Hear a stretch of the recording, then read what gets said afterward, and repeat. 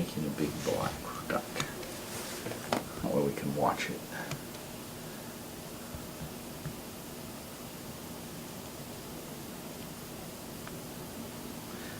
And we're just going to draw some lines so we get an idea of bisection of the tibia and fibula, or the lower leg, and try and figure out a pivot point in the back of the ankle here, and a bisection of the calcaneus, which is here and here.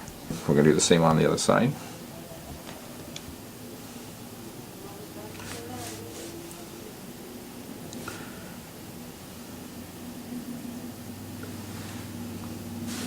So then you have to look straight down here, and you can see the twist in the foot. Remember we talked about that? And you can see her knees go out when she rotates her foot up. That's supination. And when she lets them roll in, that's pronation. What we're doing is we're trying to line up the hinge at the knee, the ankle, and the toe joints. And if you take and run your finger right here, that's the subtalar joint will now fall into neutral. You can see the arch will fall into its shape. And you can see that the knee and the ankle and the big toe joint are all lined up. So, and holding our foot there, then we're going to start pushing it in. Can you help me a little? The toes will curl up.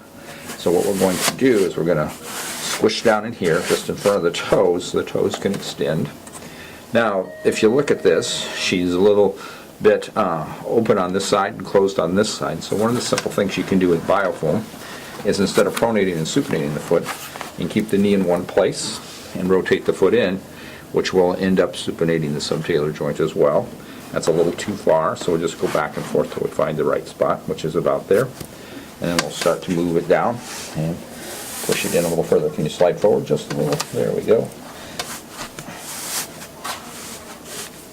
So, there we have a very nicely formed foot. I got the subtalar joint in neutral. I've got a knee and an ankle and a big toe joint all going the same direction. And that lines up the rest of the joints in the foot. So, when we pull it out, we can see the foot as we took the impression. So now we're going to do the other side, and we can see lining everything up here, and then we can push it in just a little bit so we get an idea of where the toes are going to go.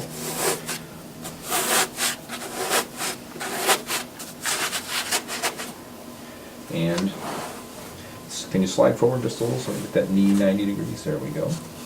And then we're going to rotate this back and forth till we feel like it's neutral, and just start sliding this down into the material.